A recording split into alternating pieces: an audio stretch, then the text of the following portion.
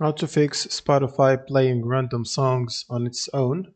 So the first thing you'll need to do is to open up the Spotify app, and then you want to go to the home page, click on your profile logo on the top left, and then you want to click on settings and privacy.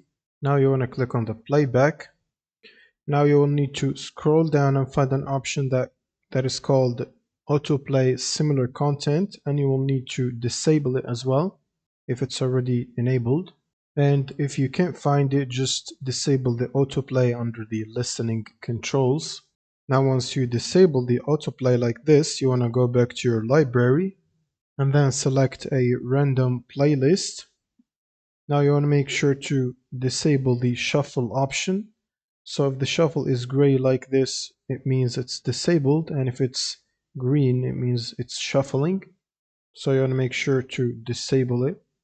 Now when you start playing songs from the current playlist, it should fix that problem of playing random songs, and it will only play songs within the playlist.